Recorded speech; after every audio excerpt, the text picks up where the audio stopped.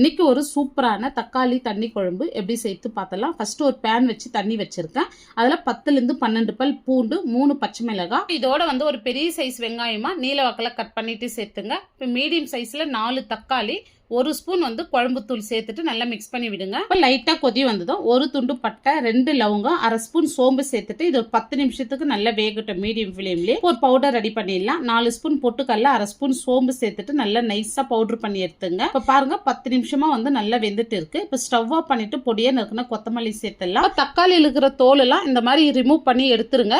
ஈஸியா வந்துடும் பாருங்க. இப்போ ஒரு மிக்ஸி ஜார்ல தக்காளி சேர்த்துட்டு மீதி எல்லாமே நல்லா தண்ணி வடிச்சிட்டு இதோட சேர்த்துங்க. இப்போ பாருங்க தண்ணி நல்லா வடிச்சிட்டு இதோட சேர்த்துட்டு இது நைஸா அரைச்சி எடுத்துக்கலாம். இப்போ ஒரு பேன் வச்சுட்டு ஆயில் சேர்த்துறேன். ஆயில் சூடு இருந்து 1/2 ஸ்பூன் கடுகு, 1/2 ஸ்பூன் சீரகம், கடலைப்பருப்பு, உளுத்தம்பருப்பு, கருவேப்பிலை சேர்த்துங்க. இப்போ அரைச்சி விழுது அப்படியே சேர்த்துடலாம். இப்போ இதோட 1/2 ஸ்பூன் காஷ்மீரி மிளகாத்தூள் சேர்த்துட்டு நல்லா மிக்ஸ் பண்ணி விட்டுங்க. இப்போ இது மிக்ஸ் பண்ணி விட்டுதான் நல்லா 1 லிட்டர் அளவுக்கு தண்ணி சேர்த்துங்க.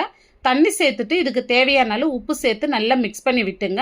இப்போ இது ஒரு 2லேருந்து 3 நிமிஷத்துக்கு நல்லா கொதிக்கிட்டோம். நம்ம அரைச்ச பொட்டுக்கடலை பவுடரில் கொஞ்சமாக தண்ணி சேர்த்து கட்டி இல்லாத நல்லா மிக்ஸ் பண்ணி எடுத்துங்க. இப்போ இந்த பொட்டுக்கடலை பவுடரை இதோட சேர்த்துடலாம்.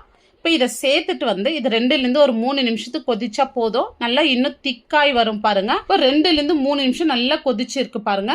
இப்போ பொடியை நறுக்கின கொத்தமல்லி சேர்த்தியா இருக்குன்னா நம்மளுக்கு சூப்பரான தக்காளி தண்ணி குழம்பு ரெடி ஆயிடுச்சு. இந்த வீடியோ பிடிச்சிருந்தா லைக் பண்ணிட்டு சப்ஸ்கிரைப் பண்ணிடுங்க.